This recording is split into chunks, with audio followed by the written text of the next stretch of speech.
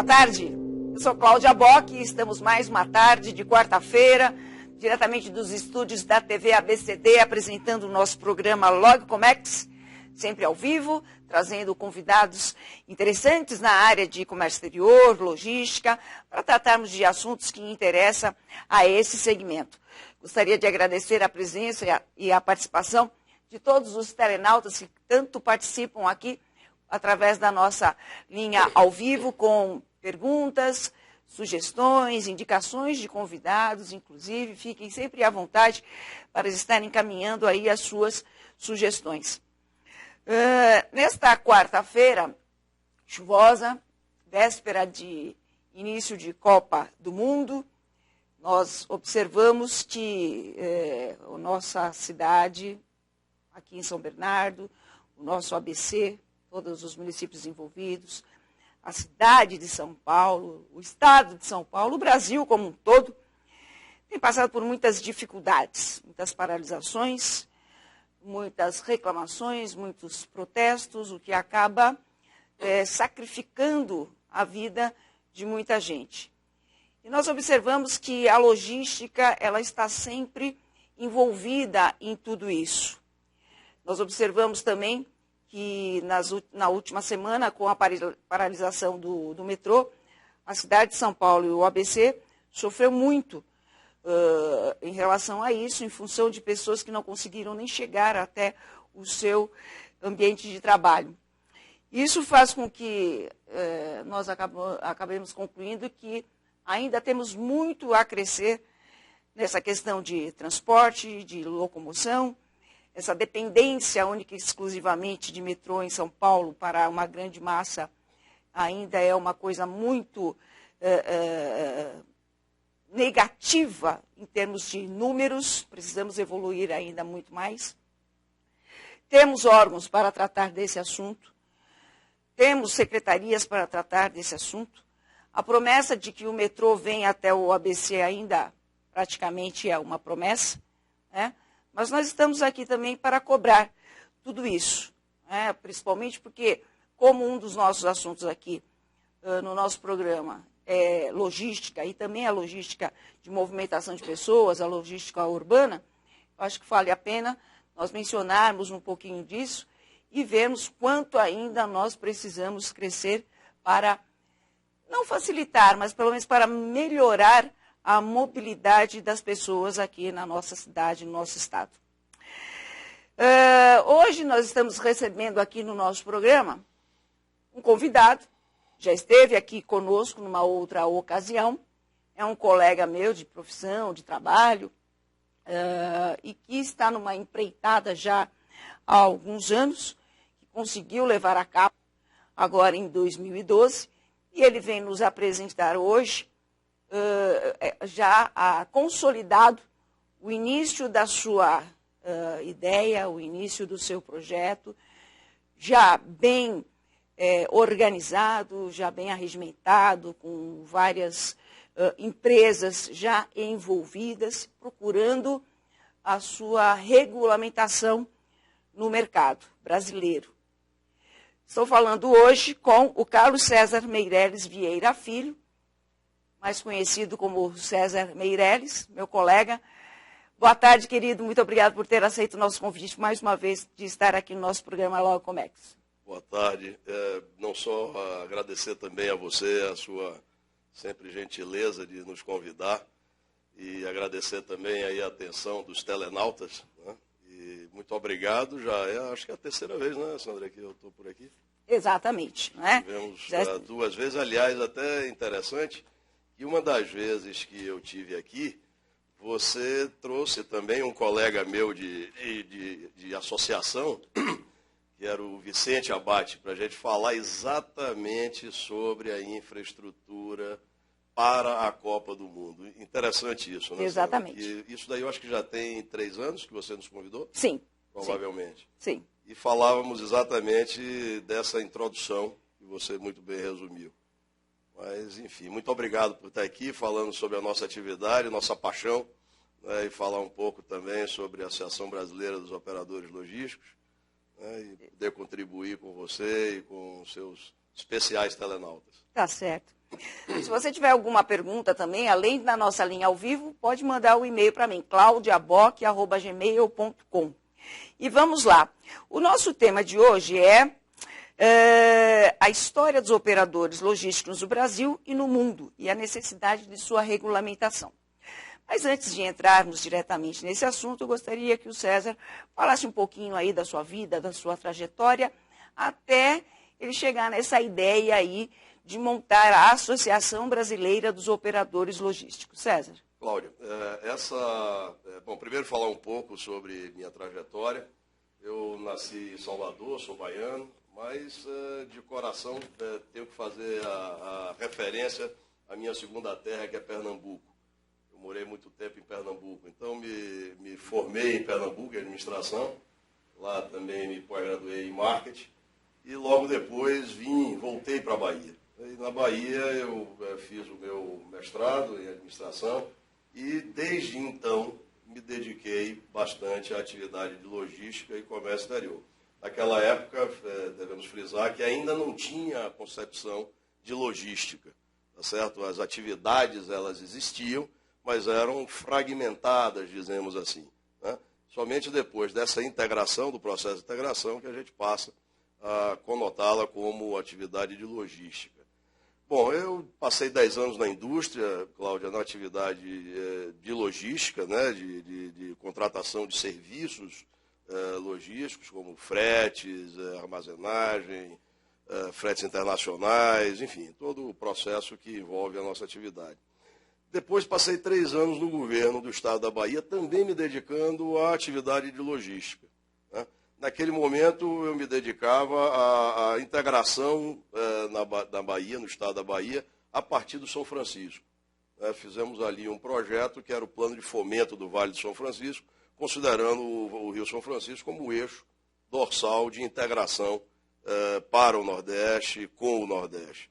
Aliás, o Rio São Francisco é considerado o rio da integração nacional desde sempre. Infelizmente, não ganha a atenção e a preocupação dos governos ao longo de tanto tempo para que ele, de fato, se consolide como tal, né? Mas depois daí eu entro e ingresso no mundo da prestação de serviço logístico. Então, eu ingresso, passo por algumas empresas bastante conhecidas, de muitos anos de operação nessa área, como Colômbia, depois eu tive na Integral, do Grupo Lacma, depois na Santos Brasil, logo em seguida no Grupo TPC, e também prestando algumas consultorias na área, né? Em 2012, alguns operadores logísticos mais representativos, maiores operadores logísticos em atividade no Brasil, resolvem fundar a Associação Brasileira de Operadores Logísticos. E me convidam, pelo esse histórico de convivência com eles, para que os ajude na formatação do modelo, da ideia. E com muito prazer, com muita satisfação, Cláudia, desde 2012 eu tenho atuado com eles na ABOL. Maravilha, né? Eu quero aproveitar e fazer a primeira pergunta que já chegou aqui para nós, que é do Vieira. Muito obrigada pela pergunta. Ele está perguntando o seguinte: o que difere um operador logístico de um transportador? Muito bom, Vieira. A sua pergunta é pertinente, própria, e está bem dentro desse escopo de conversa que Cláudia me convida para tratar. O transportador rodoviário, Vieira, ele é atuante de uma atividade logística. Se nós formos analisar toda a cadeia de valor da logística, da infraestrutura logística, nós vamos ver todas as atividades elas segmentadas. Então, o transporte rodoviário é atividade logística, Vieira? É. Transporte ferroviário é? Sim. Transporte aeroviário é? Idem. Transporte de cabotagem também? Sim. Transporte de longo curso também? Sim. Armazenagens em todas as suas modalidades, quer seja geral, alfandegada, frigorificada, são atividades logísticas? Sim.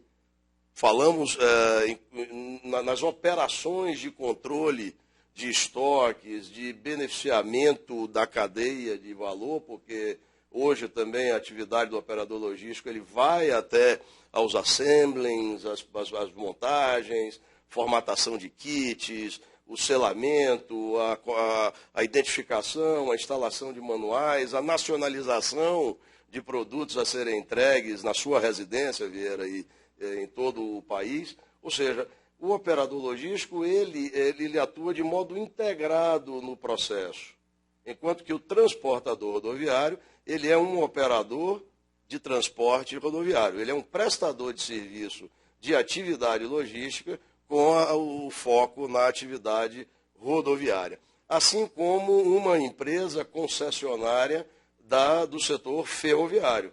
Ele é um operador de transporte ferroviário. Né? Ou seja, no caso, uma transportadora que só se dedica a isso, ela não pode carregar o nome de operador logístico. Não, Cláudia, a sua observação ela é muito própria e atual. Me permita fazer um rápido retrospecto para que a gente entenda essa sua observação muito abrangente e a do Vieira também que nos coloca. Se nós entendermos o Brasil até os anos 90, nós vamos ver um país onde as atividades de transporte rodoviário e atividade de armazenagem em geral eram basicamente as duas atividades da logística que estavam sendo operadas pelo operador privado. As outras atividades da logística, consideradas de infraestrutura logística, de serviços essenciais, como porto, aeroporto, a rodovia, a ferrovia, todas elas estavam sendo operacionalizadas pelo operador público, como, na verdade, é assim que funciona historicamente no mundo inteiro. O que acontece é que essas atividades, no mundo globalizado, elas ganham muita dinâmica. E por ganharem dinâmica e intensidade, robustez, as nações transferem ao setor público por serem mais dinâmicos, são atividades de capital intensivo, então elas normalmente também operam como uma PPP, parceria público-privada, e no nosso caso não foi diferente. No nosso caso, em 1988, com a Constituição, né, a Constituição rezava que os serviços essenciais, né, as atividades fundamentais, e aí eu incluo também nesse conjunto as outras atividades de infraestrutura essenciais, como telecomunicações, energia, saneamento, né, poderiam passar para o operador privado, para o setor privado, mediante certame público, mediante licitação, tá certo? Então, essa é a visão que a gente pode considerar a partir de 88 no Brasil. Naquele momento, um outro fato épico acontecia no mundo. A queda do Muro de Berlim em 89 e o fim da Guerra Fria em 91. Bom, a partir dali a dinâmica dessa globalização, de fato, ela ganha um outro direcionamento. Tá certo? E demanda-se daqueles operadores de atividades logísticas maior integração, maior sofisticação. Aliás, respondendo também o Vieira um pouco, eu digo sempre, Cláudia, que logística integrada é um pleonasmo vicioso. Né? Não existe logística desintegrada. Exatamente. Tá certo? Eu acho que a sua introdução foi muito feliz quando você traz à luz da questão e da análise os grandes problemas, né, que nós vivemos nas grandes cidades. Né? Quer dizer, nós não podemos entender que uma cidade ela desenvolva uma atividade dentro desse contexto da logística sem pensar no integrado. Me permita fazer uma observação que está dentro, sim, do nosso contexto de logística. Imagine como é que se libera centros comerciais, shopping centers, condomínios residenciais, nas vias, nas rodovias, nas vias urbanas, nas estruturas urbanas, sem se pensar na contrapartida logística, na contrapartida viária. Quantos shopping centers em São Paulo e nas nossas outras capitais trouxeram no seu conjunto uma solução de fluidez logística? Nós podemos até apontar aqui mesmo São Bernardo, que teve um boom da construção civil, vários empreendimentos imobiliários colossais, e que nós vimos que a via carroçal permaneceu exatamente igual. César, temos que fazer um rápido intervalo, voltamos já. Mandem as suas perguntas. Obrigada. Ok, Cláudia.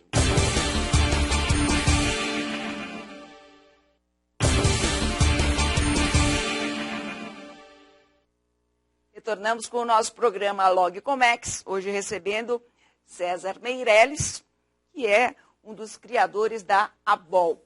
E nós estamos falando exatamente sobre essa questão, né, de que algumas empresas, elas adotaram aí o seu ramo de atividade como operador logístico, sem o ser. Outro dia, inclusive, uma curiosidade, eu vi num caminhãozinho, caminhão modesto, tal, né, escrito lá, operador logístico. Eu parei, estava no meu carro, parei do lado, olhei para o motorista e falei, o que você faz? O que você transporta? Ele falou, eu faço mudança residencial. Muito interessante. Eu falei, mudança residencial? Você tem armazém, tem alguma coisa? Não, eu tiro de uma casa e levo para outra. Operador logístico. Eu falei, nossa. E aí você percebe que outros tantos estão utilizando essa denominação sem o ser. Aí eu tenho uma outra pergunta aqui, que é da Cristina. Obrigada pela pergunta, Cristina. Ela diz o seguinte, uma empresa que seja um armazém e faça picking, ela é um operador logístico? Muito bom, Cristina. Boa tarde. Eu vou aproveitar a sua pergunta e classificar, contextualizar o que é que para a Associação Brasileira de Operadores Logísticos é um operador logístico. Um operador logístico, ele é um prestador de serviço logístico que gerencia de forma integrada todas as atividades da cadeia logística, tá certo? E que tenha a responsabilidade e tenha no seu escopo de atuação, no mínimo, as seguintes atividades: gerenciamento, gestão de transporte, em qualquer dos seus modais, armazenagem e gestão, controle de inventário, controle de estoque. Quando a gente fala controle de estoque, nós nos referimos à tecnologia, efetivamente, tá certo? E nesse processo de gestão de transporte em qualquer dos seus modais, de armazenagem e do controle do inventário do cliente, do operador logístico, passa por aí todas essas atividades, uma das quais você menciona.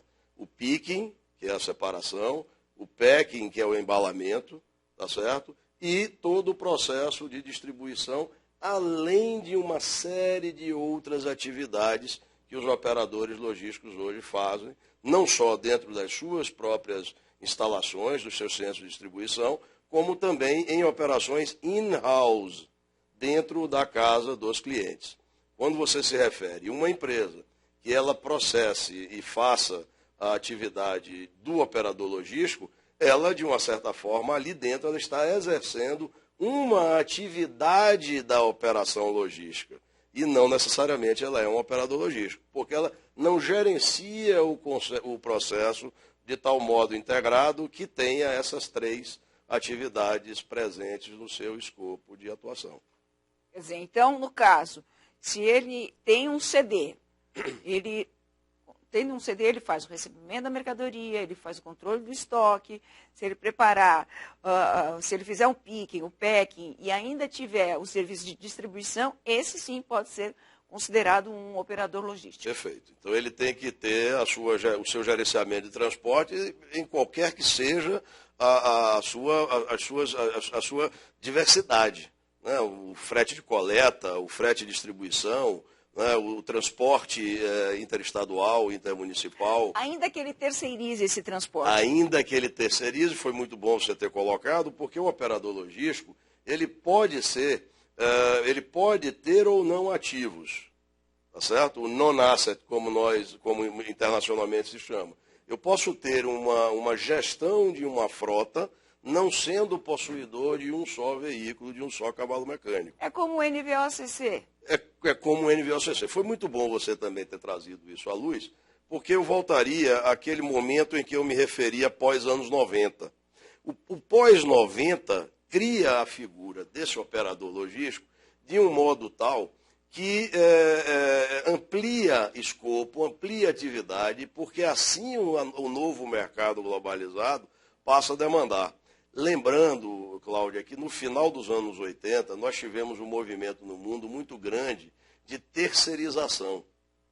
E cai bem dentro da pergunta da telenauta. Né? Quer dizer, como é que isso se deu no Brasil e no mundo? Né? Quer dizer, essas atividades que antes eram feitas internamente dentro da indústria, da agroindústria, do atacado, do varejo, passam a ser realizadas pelo operador logístico, tá certo? Transferindo a eles essa atividade por conta de maior capacidade, de maior dinamismo, de maior flexibilidade, de melhor gestão a baixo custo, com maior dinâmica, com maior eficiência, com maior eficácia.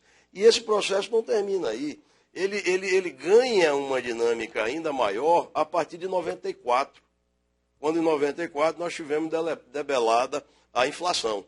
Lembrando que nesse período, claro, eu estava na indústria logo no início dos anos 90, qualidade, telenautas, pessoal, qualidade e custo não era a prioridade das indústrias, da atividade econômica. A preocupação maior era com o controle da inflação.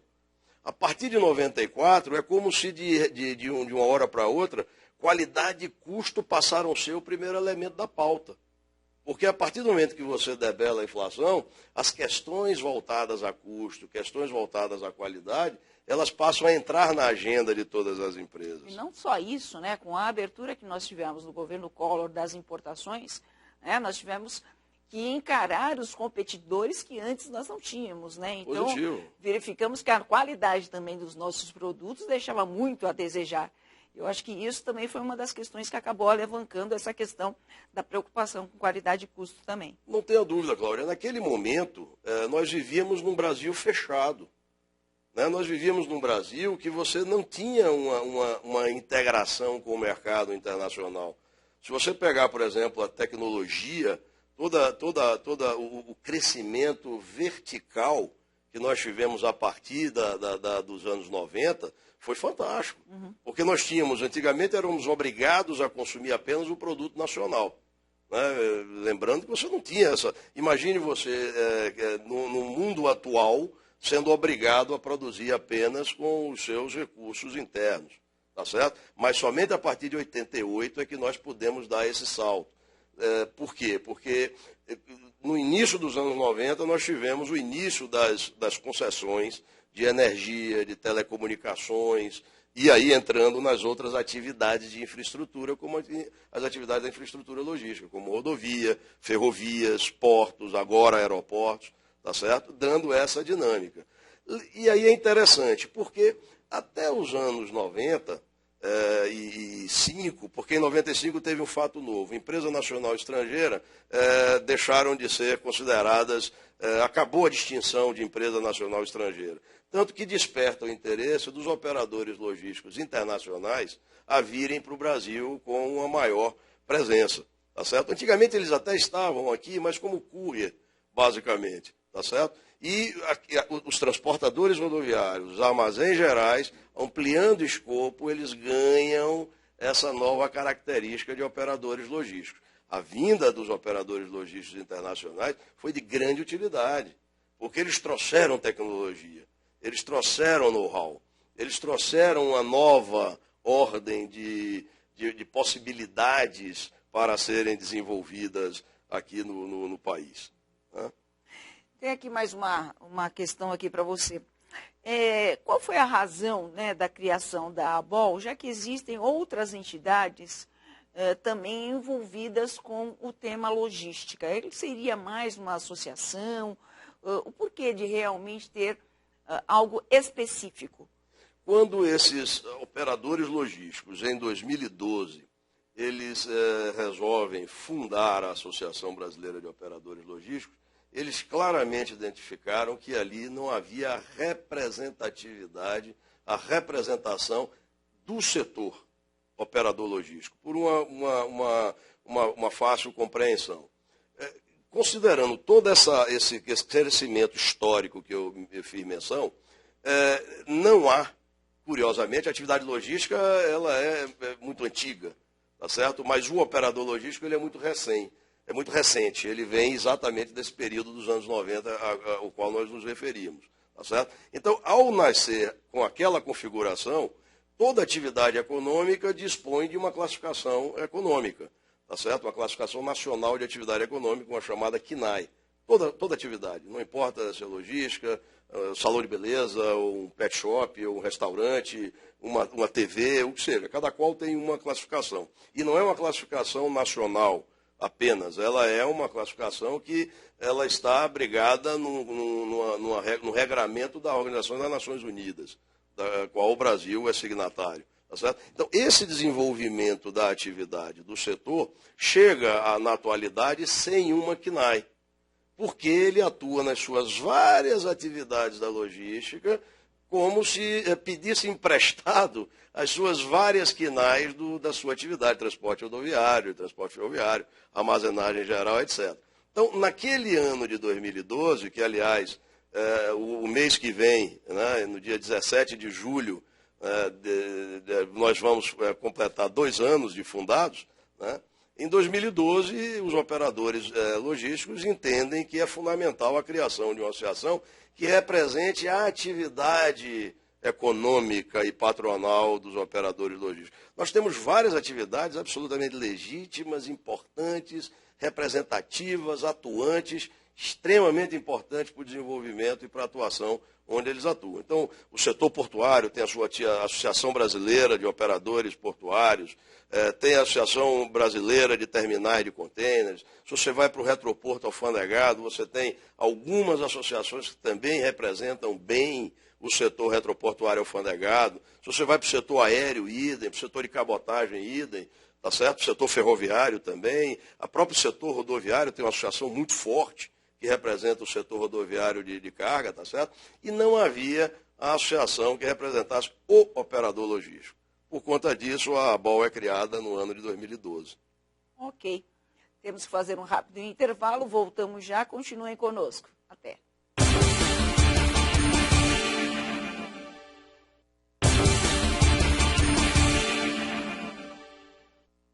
Estamos de volta com o nosso programa Locomex, hoje com o nosso convidado César Meirelles, falando sobre a ABOL, Associação Brasileira de Operadores Logísticos, que tem no seu quadro de associados as seguintes empresas: a AGV Logística, a Andreani, a Brado Logística, Colômbia. A Colômbia, ela foi comprada pela Ecovias? Pelo grupo Eco-Rodovias, exato. Uma parte dela foi adquirida pelo grupo Eco-Rodovias. Uhum. Só que ela manteve uma parte das suas atividades logísticas e agora ela retorna com um escopo maior dentro desse mesmo contexto. Uhum. DHL, Elog Logística, que é do grupo Eco-Rodovias, grupo também, né?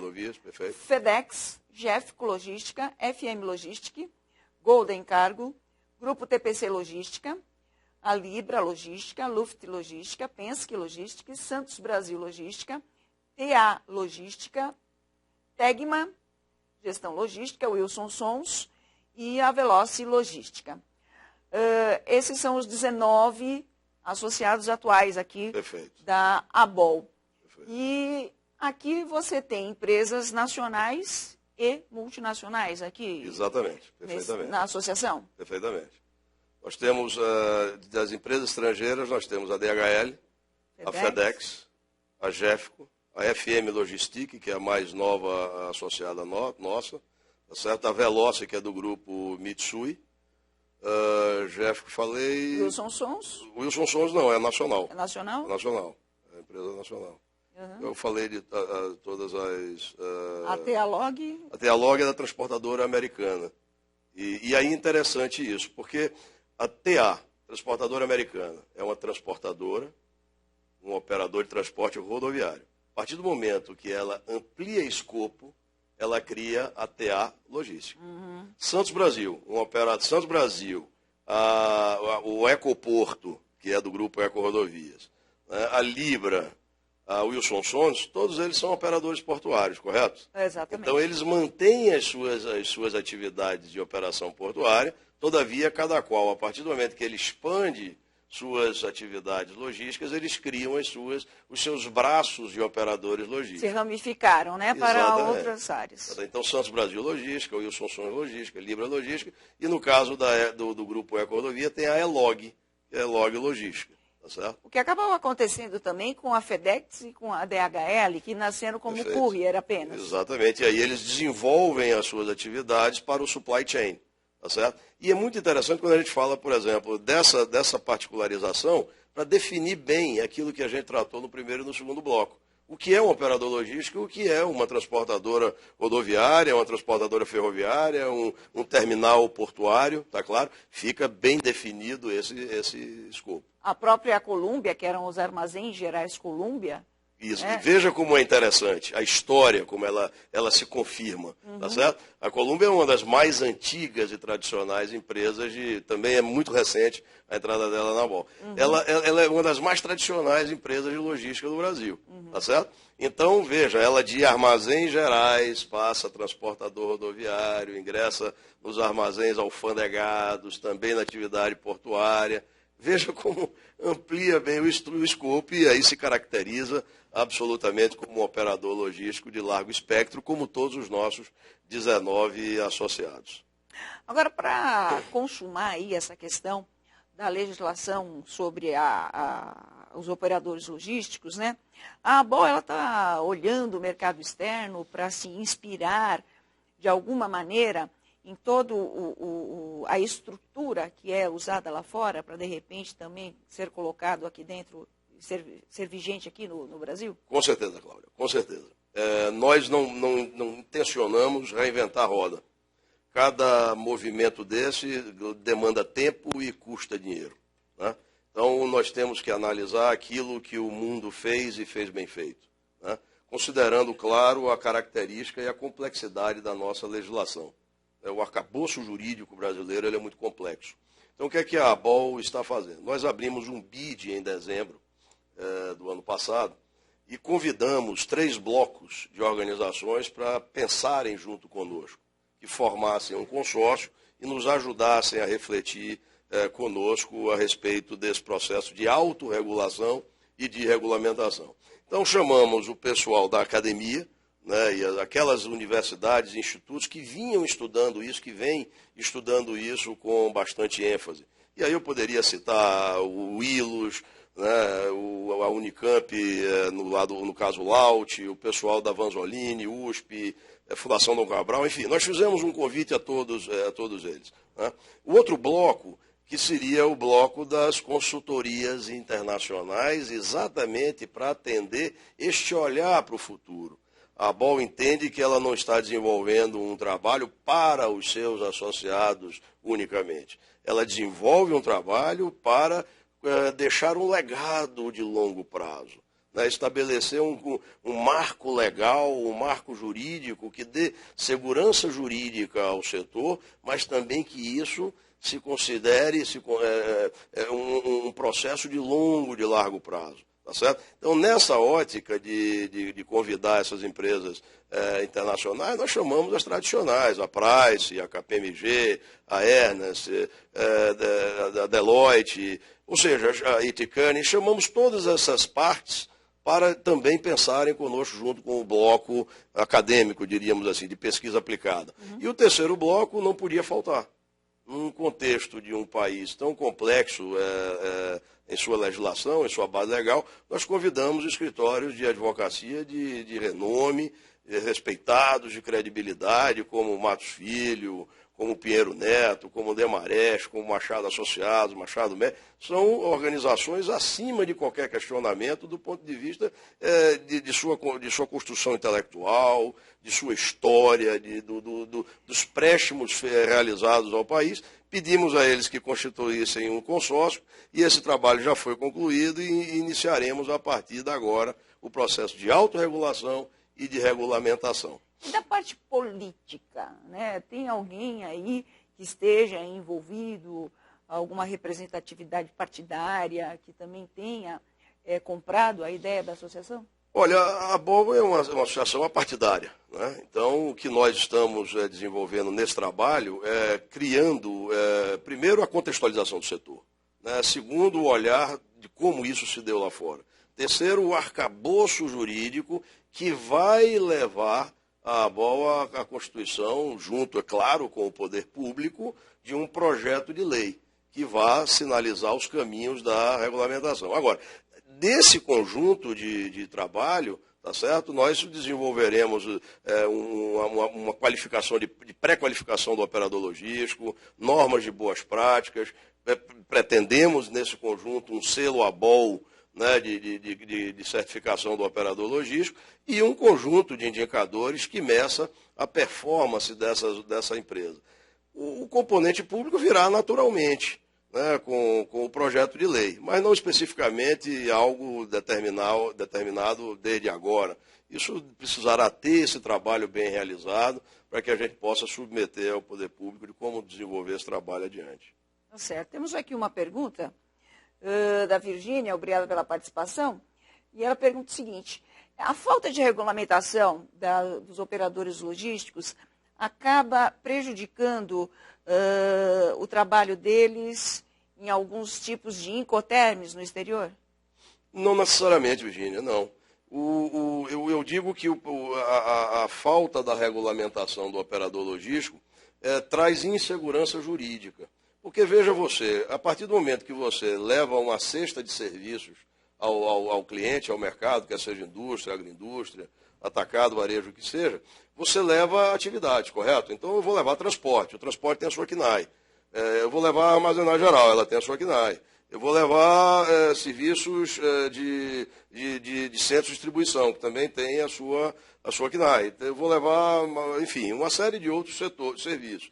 E cada um deles eu levo um conjunto de carga tributária, um conjunto de vinculações sindicais, tá certo? Então, quer dizer, a partir do momento que nós não temos a KNAI de operador logístico, fica exposto, tá certo, um setor em razão de não ter essa carteira do CREA, vamos dizer assim, ou do CRA, ou da OAB, por exemplo. Toda atividade tem uma classificação. Então, eu acho que de um modo muito simplificado, a gente precisa do nosso CREA, vamos dizer assim, da nossa KNAI, como é, de fato, a terminologia correta a ser usada. No caso, um operador logístico, ele fazendo operações internacionais, ele pode também ser uma comercial exportadora? Não, é uma outra atividade. A comercial exportadora é uma outra personalidade jurídica, faz parte de um outro conjunto de atividade econômica. Ele não poderia, então, estar mesclando essas atividades? Não, aí são fronteiras bem claras. Né? Bem claras. Certo. Uma outra questão, aproveitando que foi perguntado aqui sobre a questão do Incoterms, né? O DDP, Delivery Duty Paid, né? Quando o exportador envia a mercadoria para o exterior, para a casa do importador, e ele é responsável por todo o processo. Né? Eu acho até interessante fazer essa colocação. Né? O exportador, ele contrata um operador logístico para fazer esse tipo de prestação de serviço. Né? De quem é a responsabilidade pelo pagamento dos tributos lá do exterior? É o operador logístico que efetua diretamente esse pagamento lá? Ou é o exportador que faz esse pagamento? Você saberia? Olha, isso entra naquela abordagem que a gente estava tendo. Um operador logístico, ele também pode atuar como despachante aduaneiro, como comissário de despacho. Tá certo? Seja através de um prestador de serviço ou ele mesmo, ele próprio, tendo tá um funcionário fazendo essa função. Exatamente. Veja você, ele tem obrigatoriamente de ser gestor de transporte, armazenador e desenvolvimento de atividade de armazenagem e controlador de estoque do cliente. Agora, não está restrito a isso. Olha, se você imaginar um guarda-chuva, tá certo?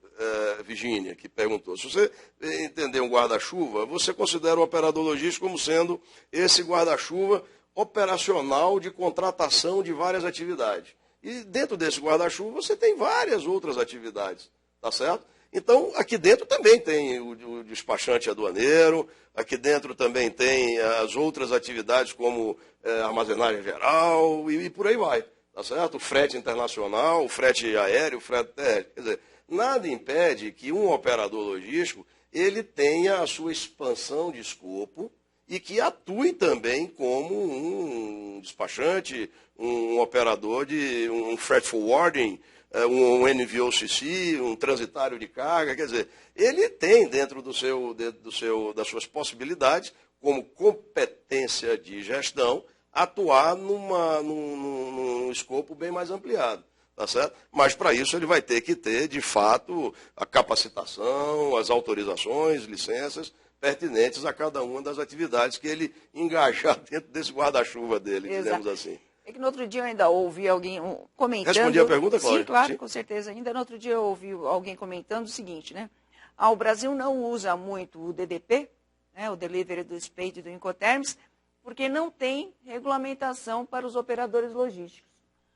Eu fiquei pensando, mas o que será que uma coisa tem a ver com a outra? Eu acho que vai muito no desenvolvimento do comércio internacional e para o país também. Eu acho que o Brasil, ele por ter sido ancorado muito tempo no mercado internacional por commodities e atividades do setor primário, essa característica ele ficava até restrita em termos de desenvolvimento de atividade. A partir do momento que o Brasil, de fato, se insere com bastante dinâmica no mercado internacional, amplia-se tudo isso. Mas para entrar nesse particular, você tem que pensar em seguro, tá certo? Você tem que pensar num seguro mais desvinculado, tá certo? Onde o país possa também fazer as suas contratações em termos de seguro de modo bastante ampliado, tá certo? Então envolve uma série de outros setores, tá certo?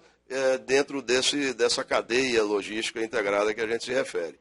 Tá César, certo? qual a agenda da BOL? 2014, 2015, nós estamos chegando ao término do nosso programa. Que passa pena, rápido, Cláudia, né? Aqui é uma alegria sempre. Eu fico... As portas estão abertas, não Vamos só para voltar, você, sim. como para todos os associados da ABOL. Vai ser um prazer obrigado. receber a todos aqui. Transmitirei a eles. Como é que está a agenda 2014-2015? A agenda está extremamente dinâmica. Eu acho que esse resumo que eu lhe fiz agora, dessas etapas que nós estamos contratando, infelizmente eu ainda não posso tornar público o consórcio vencedor ainda, porque está em fase de análise contratual, essas coisas todas. Mas tão logo a gente tenha esse consórcio definido, me permita até aceitar o seu convite novamente para tratarmos isso de modo mais a miúde, de modo mais detalhado. Né? Então, a agenda ela é uma agenda muito dinâmica e é uma agenda que ela está fundamentada nesses passos. Né? Então, até dezembro, nós pretenderemos estar com esse trabalho pronto. O início de 2015 para a gente, para todos nós da ABOL, vai ser um início de ano bastante intenso, bastante importante. Lembrando que estaremos com uma nova casa parlamentar, lembrando que estaremos com um novo governo, independentemente de quem ganhe, né, o atual ou os outros, mas será um novo governo, será um novo momento, tá certo? Onde nós pretenderemos, junto com esse novo instante, tá certo, atuar no trabalho que a gente se propõe de regulamentação. Agora, no início do ano, certamente, a gente vai precisar tornar público isso. Né? Então, gostaríamos de fazer um seminário, gostaríamos de fazer um trabalho, e entendemos que esse trabalho tem que ser um trabalho de mãos dadas com o poder público, tá certo? Com o Executivo, com a Casa Legislativa, exatamente porque perpassa por várias áreas da atividade econômica. Então, não podemos fazer isso independentemente. Veja que quando a gente convida organizações de tamanha respeitabilidade e credibilidade, é para que a gente desenvolva um trabalho acima de qualquer dúvida. Né? Quer dizer, a gente estabeleça aí uma agenda objetiva e, a partir do fato real, construamos a nossa regulamentação, construamos o nosso marco jurídico capaz de dar sustentação e sustentabilidade ao setor no longo prazo. César, muito obrigada pela sua participação. Queira deixar aqui os seus contatos para os nossos telenautas, por favor. Por favor. Bom, o site da ABOL é www.abolbrasil.org.br. No site tem todos os nossos associados, a nossa agenda, atualizado diariamente, atualizado com bastante frequência. Então, os telenautas podem nos dar o prazer da visita. Por favor, mais uma vez, Cláudio, eu quero lhe agradecer. Repito que vim aqui, é uma alegria muito grande. Eu que agradeço. E estarei sempre ao dispor do seu convite. Muito obrigada, César.